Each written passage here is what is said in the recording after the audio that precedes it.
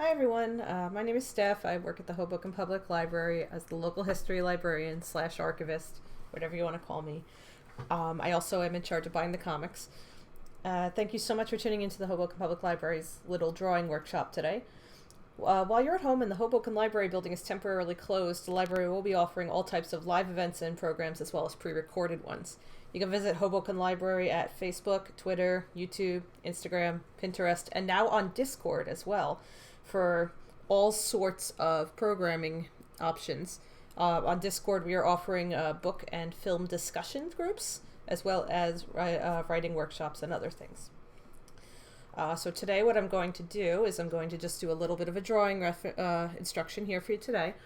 We're going to just go through a little bit of the basics in this video, just on how to kind of get your anatomy all in line and all set up. So I'm filming this today using a webcam. I've got a webcam hooked up on top of my computer right here, and I'm going to just be drawing in my sketchbook. Now bear with me, I am left-handed, so sometimes there will be moments where you might not be able to see what I'm doing for a second. I've been trying my best to get angles to kind of work that out.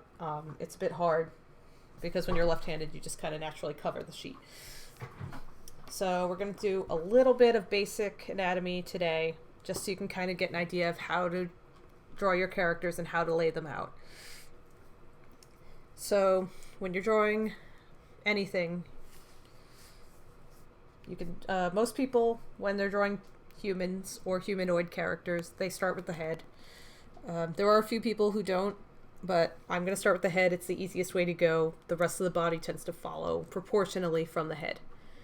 So to draw the head, you're just going to draw a round shape depending on the shape of the head. And remember, different characters are going to have different shaped heads. Some are going to be rounder, some are going to be more square, some are going to be more ovular.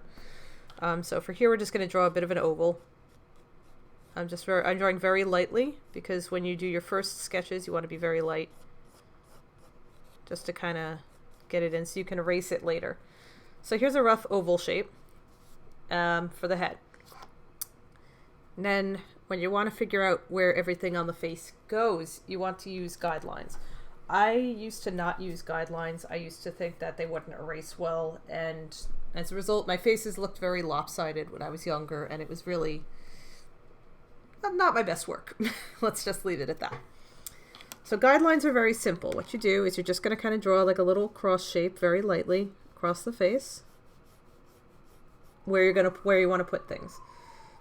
And these lines here will just kind of tell you the positioning of the facial features. So this horizontal line that I just did is for the eyes. It's also for where the earlobe is going to be attached to the ear. So the ear is going to be attached to the head. So you're going to just kind of, I usually just draw my ears like this, very simple little thing, but that's where they'll be. Now if you have a character with, say, pointy ears, you can do the same thing, just kind of go like that. Instead, just draw like a kind of a point, but we're not doing that right now.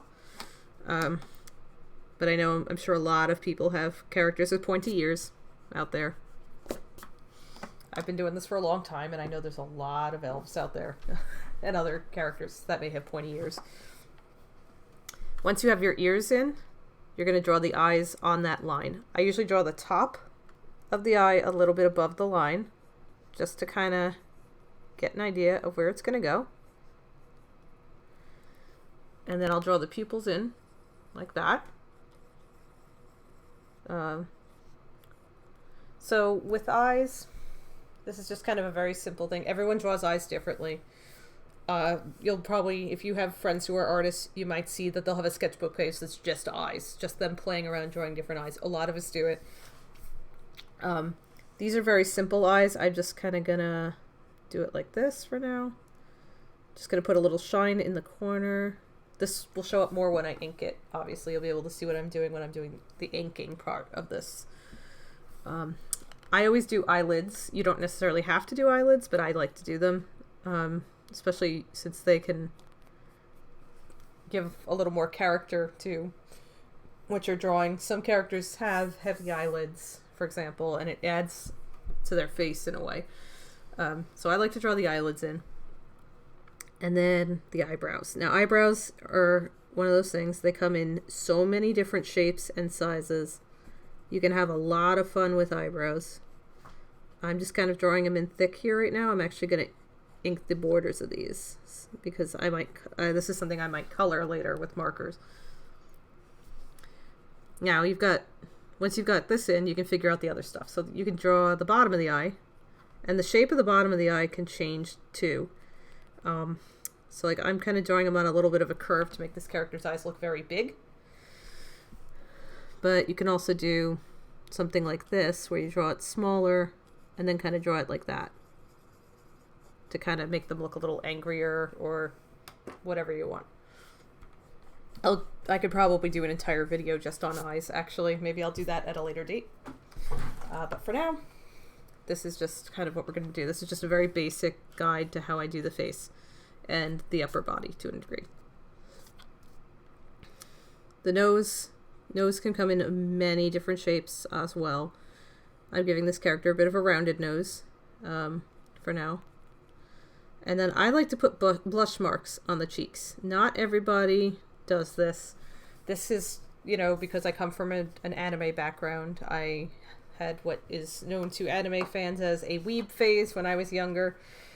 And so I watched a ton of anime and read a ton of manga when I was in middle and high school, and it really influenced my art style, and that's why I tend to draw the blush marks on my characters. I think it's cute. It also reminds me of where to shade the cheeks when I'm coloring, so that always helps a lot. The mouth generally is going to go a little bit below the nose, obviously. And again, you have a lot of options for the mouth. The mouth is very important in cartooning because it's probably second in importance to the eyes in terms of getting your expressions right. So we're just kind of drawing like a basic expression here. So I'll just do a little smile there for now. Because right now we're just kind of, this is very basic. So nothing too complicated. So here we have a basic face. Now, one of those things I used to have trouble with when I was younger was actually getting the ears on. I used to cover the ears with the hair. Once I learned to do it with these guidelines, it made it a lot easier for me to really get this face looking proportional. You can see it looks much better here. If I lift it into the camera a little more, you can see this is a much more proportionate face because I use those lines. Hair is actually one of my favorite things to draw. So I love playing with characters' hair, doing all sorts of fun things with their hair. Because it's very fluid. So for now, we're just going to do like a basic kind of thing. I'm just going to do like a little bit of a widow's peak there. I'm going to bring some bangs in here.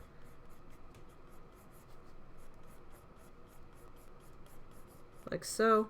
Just kind of sweeping across. I like to do, they call this an ahoge in anime. It's a little hair that literally translates to idiot hair. It's common in characters who are, you know, a bit spacey. But I just love drawing them on all my characters because I think they're cute. It just adds a little character. So this just kind of bring the bangs in like that. And then the back of the hair, just kind of bring it down from the ears. So if they've got longer hair in the back, it'll show up kind of under the ears like that.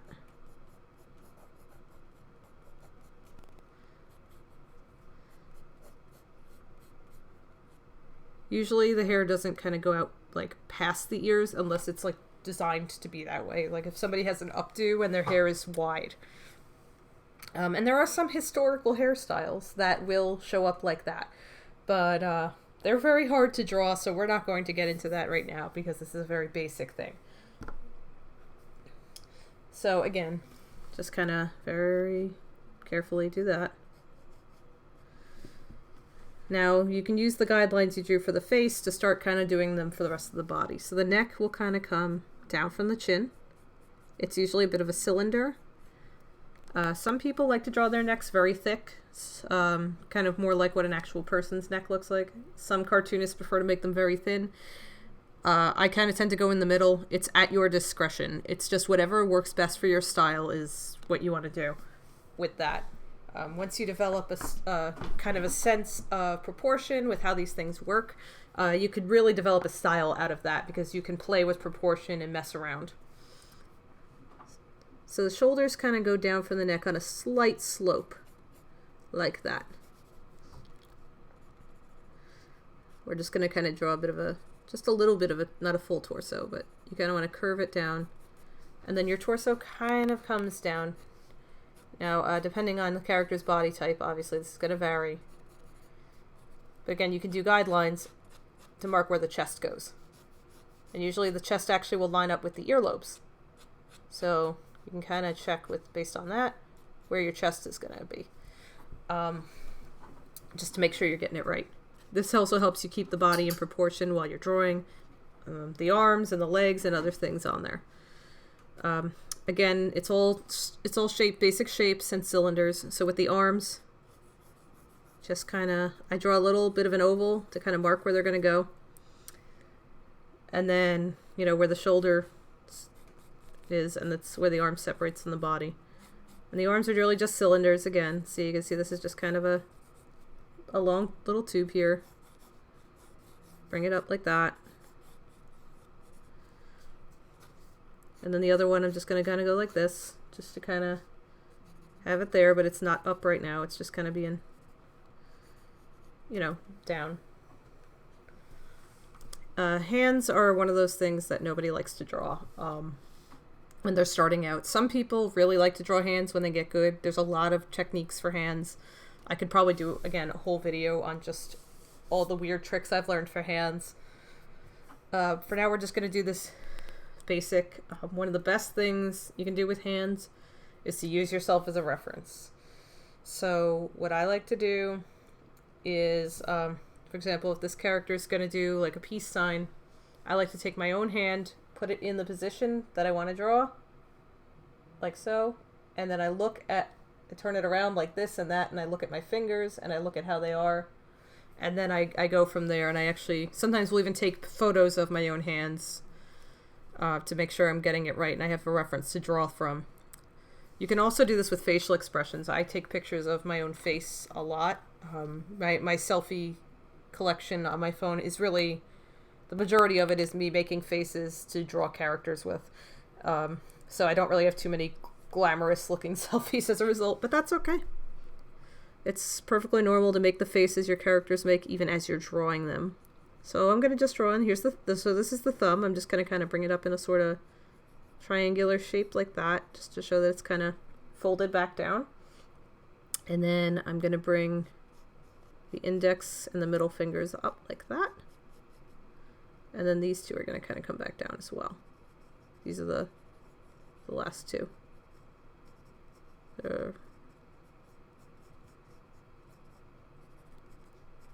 Like so. And with hands, when you're doing things like this, if the palm is facing outward, the thumbs are going to be to the inside. If the palm is facing inward towards the character, the thumbs are going to be to the outside, pointing away from the character. There have been many drawings where I've actually thought I nailed the hand and then realized it was backwards and had to redo it. So just to keep that in mind, if the character's palms are facing away from them, their thumbs are going to be closer to their chest, like, you know, out. And then likewise, if the character's palms are facing towards them, like if they're looking at their palms, their thumbs are going to go outwards away from their body. Clothes are interesting too. I tend to not put too much detail into the clothes I draw because I tend to have a looser, more cartoony style. But some people get very serious about their clothing folds. I do not because I tend to draw less of my images are like less detailed because I tend to draw them more for comics than for anything big. So again, now see, because I did that guideline, I know exactly where the waistcoat is going to go here. So this is the middle, and so I can then draw the buttons on the waistcoat, just like so. And put the little cuff on the sleeve there. And there we go.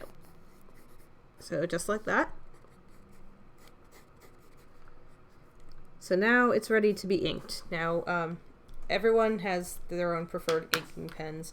Mine are Microns. Microns are these pens. They're made by Sakura, which is a Japanese company that makes. They also make jelly rolls. Those very lovely, glittery, sparkly gel pens that everybody had in elementary school, and you can still get them because they're great. They're a lot of fun.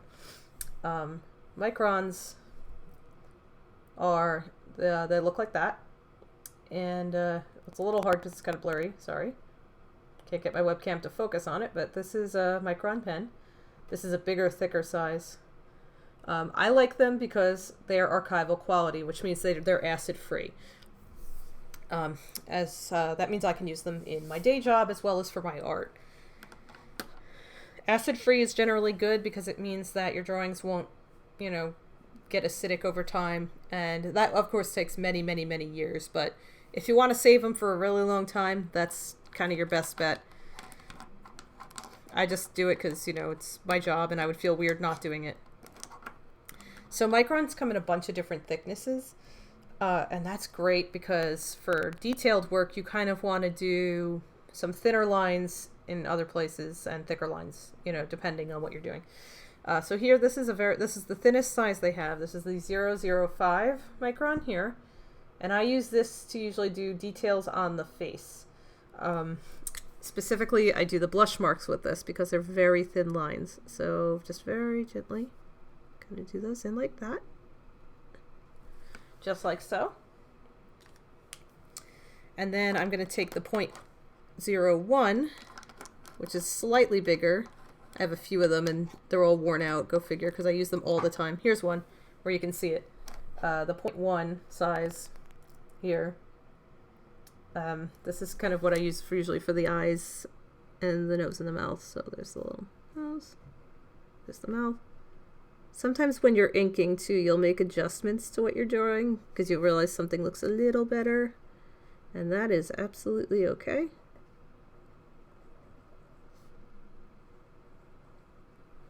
You can see I'm doing the eyes here, kind of drawing in. Now you can really see that I drew the pupil and the shine in there a little better. I'm gonna do my eyebrows here, just kind of. And the eyelids, and I like to do a little bit of this just to kind of get to show that that's a widow's peak. Details on the clothing, little folds like I did in this neckerchief here. I usually use a thinner pen like this as well. Things like buttons on the jacket, stuff like that. And then for the outline of the body, I tend to use a thicker pen. In general, you want to use your thicker lines for the outside. It kind of helps separate the character from the background, and also it just looks a little more crisp. So here's a point. I'm going to use a 0.5 for this one. This one's very worn and used, but this is just a 0.5. And I'm just going to kind of. Now, some people like to ink more loosely, and some people like to ink more crisply. I kind of fall in between on those. So I'm kind of using when I do the bangs, at least, I tend not to pick up the pen very much, unless I have to move it over quite a bit. Because it helps keep the lines smooth. And one of those things I really recommend when you're inking is to kind of move your whole arm. It's easier to keep your lines looking smooth if you move your whole arm along with the page as you go. So just kind of draw the ears in there and bring the chin down, and then here's the hair on the back.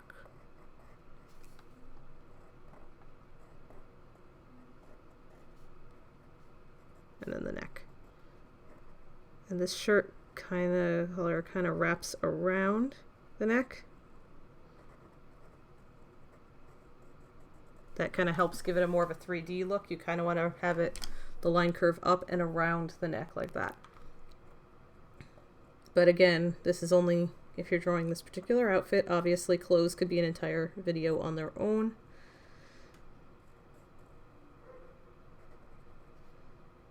So just kind of, just go over your, when you're inking, it's really just going over your lines, making sure they look, you know, picking the final ones there.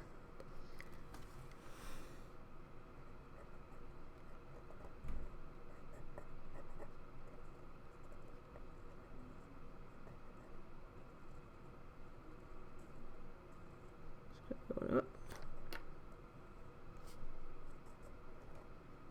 So yeah, we're going to do the little bit of the sleeve.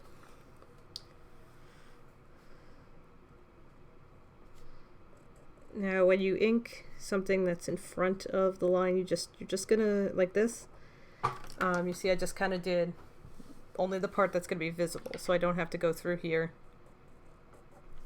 You only want to ink the lines that people are gonna see.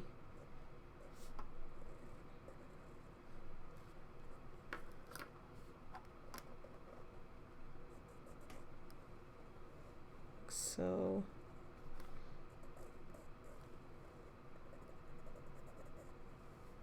like that. And then as you can see, we have a drawing here. So what I'm going to then do, I'm just going to give it a second there to kind of sit. And then I'm going to erase the pencil from underneath.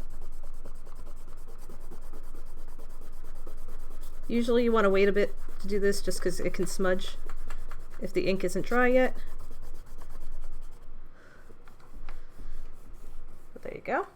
And I'll just kind of just get the eraser shavings over there for now so I can sweep them up later. And there you go. You have a little face and an upper body all set to go. And so that's that little tutorial. I'll work on more tutorials in the future. If anyone wants to see anything specific or has questions about anything specific, you are more than welcome to email me. My email is Stephanie, so it's Stephanie with a PH, STEPHANIE dot D as in David, IO, at Hoboken.bccls.org. You can also send me history questions there as well. That's my main job.